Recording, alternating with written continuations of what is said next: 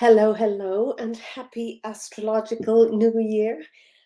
Happy equinox, and happy Wednesday. I have half an hour to spare, so I thought I'd hop on for 10 minutes or so, depending on who hops on here, very spontaneously, because the sun has moved into Aries, the first sign of the zodiac.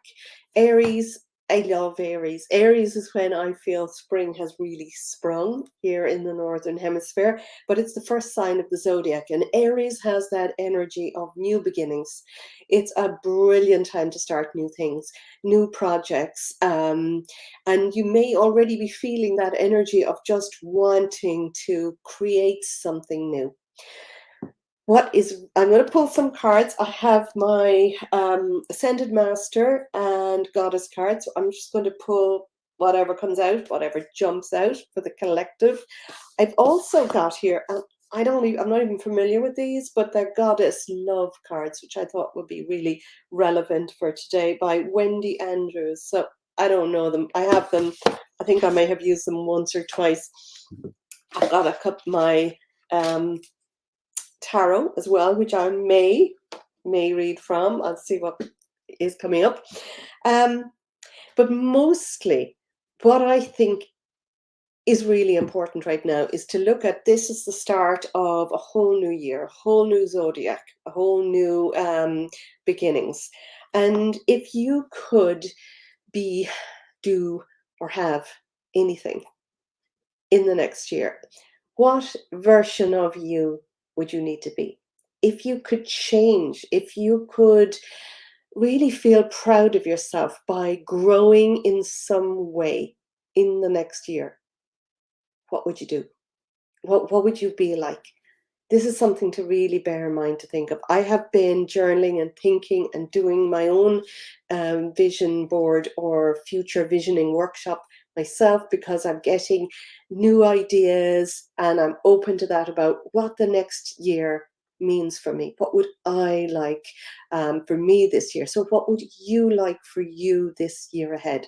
Just answer that question for yourself. Do some journaling on it. And imagine that person. Imagine, what do you need to be? What changes would you need to make? If you could do anything, if you could have anything, if you could be anyone, what needs to change? Okay, so I'm going to pull some cards just on the energy of all of that. What needs to happen? Okay, just tuning in and seeing what energy for this equinox, this new year, new astrology year, and sun in Aries. There's great energy in Aries. So one has jumped out.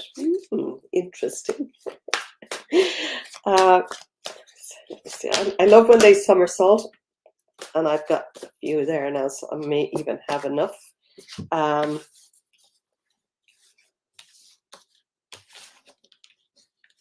Wow, yeah. I might take a couple more. That is half out, but it's right. Okay, brilliant. Well, that's quite interesting as the day that's in it.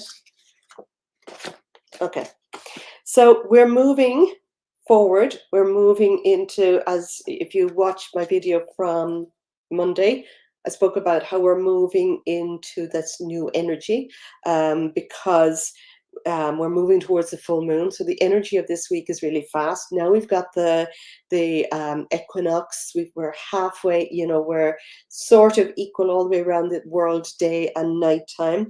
And so this week, as we move towards the full moon on Monday, and that full moon is a partial eclipse as well, which it really has another big energy. So much happening. What the cards are saying, fertility. So fertility jumped out. So fertility can mean, well, fertility is a really good time. This card is saying it's a very good time to start new projects. Brilliant card to jump out with that Aries, starting new beginnings. It's a really good time to set seeds of intention. And even if you didn't set your seeds of intention at the last new moon, you can still do this.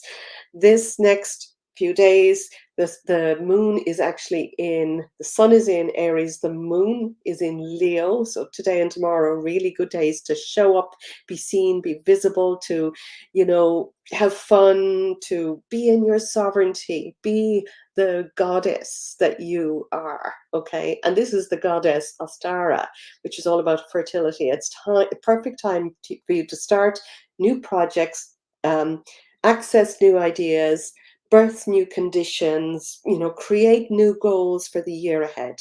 Really good time.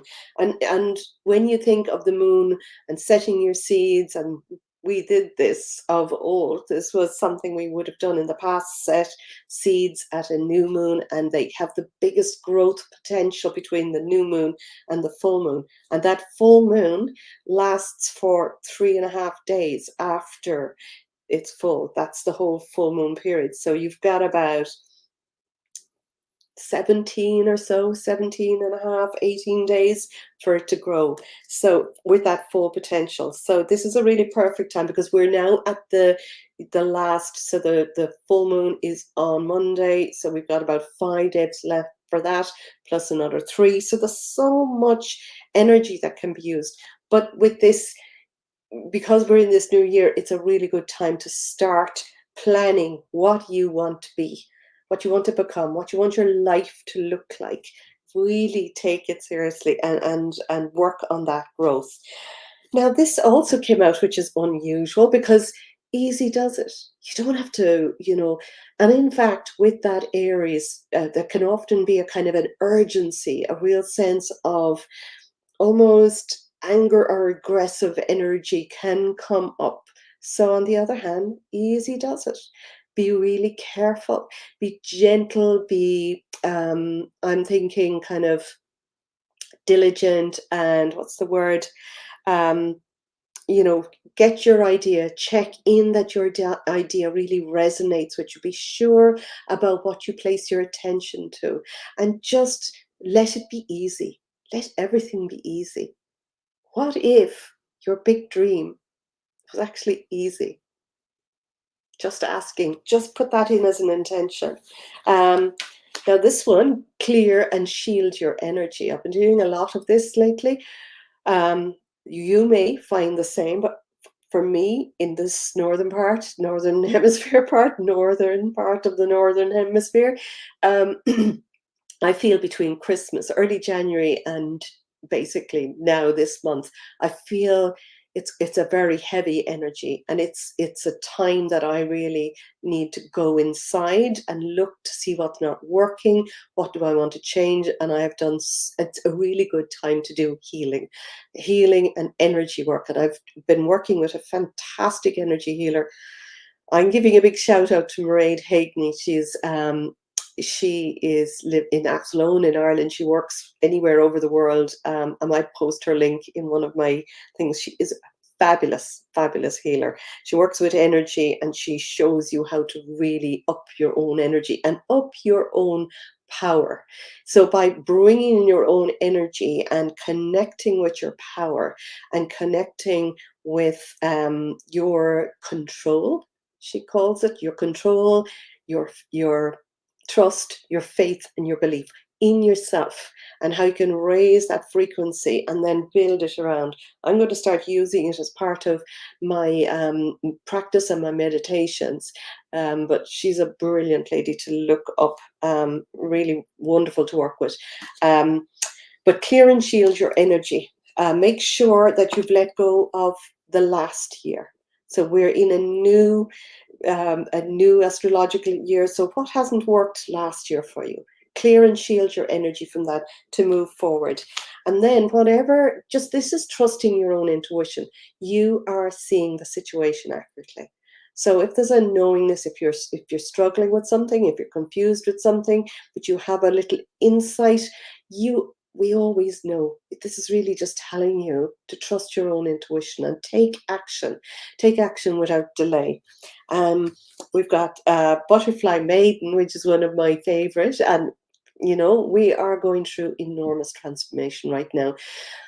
also the earth, and various astrologers, numerologists, a lot of the woo people that I follow, they're all saying the same thing. We're moving through a really powerful time, and we're moving from a lower vibration, a three-dimensional vibration where things are heavier and denser, to at least a 5D where we are, multi-dimensional. And we have huge power that has been, that isn't acknowledged, has been sort of unrecognized and kept down for millennia. And we're moving now into this time where we're beginning to open up and really see, how powerful we are.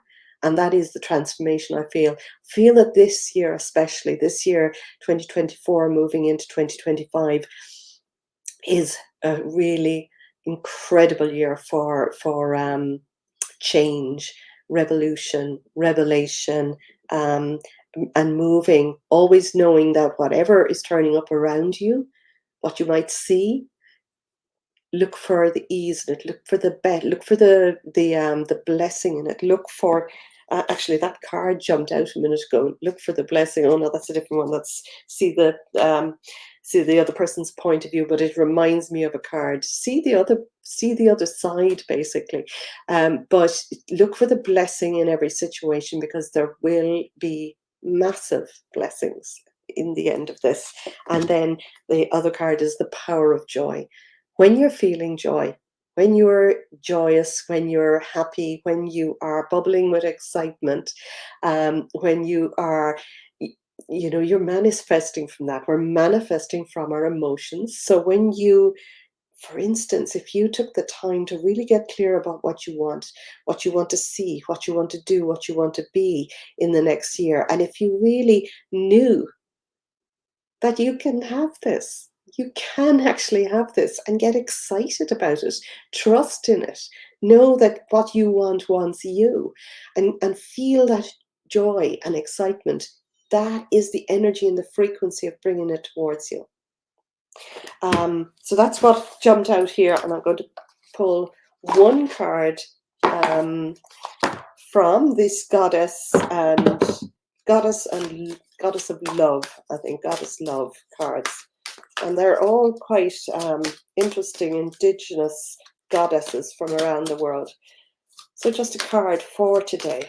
Ooh. So it's dedication. Actually, two jumped out. In fact, three jumped out. And I'm going to calmness, dedication, and creativity. So creativity. Oh, I just love the paintings of these cards. This is spring. This is spring, and this is a real good card to jump out for an equinox. But getting creative, it's a really powerful time to start something new, being creative, starting new projects. So get creative about what you want. And then the calmness card was the middle one that jumped out. So this is, now I'm looking at water. I'm looking at, how, that feeling, a sense of flow and water. Um, when you know what you want and you just surrender any doubts that come up and go into that state of calmness and surrendering anything, you are bringing yourself closer to it. And then dedicate yourself to the long haul. Dedicate yourself. So when you decide what it is you want, look at it, view it, release any doubts that you can't have it, and dedicate yourself to write down all of the steps that you might need to take. So if you decide where you want to be this time next year, and look at that, what will you need to do to get there? And have one major this is your major 1 year's goal. And then break it down. Where do you want to be in 6 months' time? Okay. And then where do you want to be in 3 months' time, in the next quarter, by the solstice, for instance? Where do you want to be by then? And then break it down. What do you want to do in this 1 month ahead, when the moon is in, or sun is in Aries? And what do you want to do this week?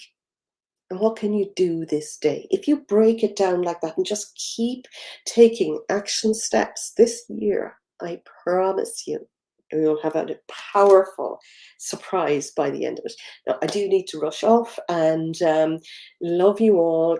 Keep your attention and your focus and your heart on what it is you want to create, because I just know that you can do it. Lots of love. Bye for now, and happy new year.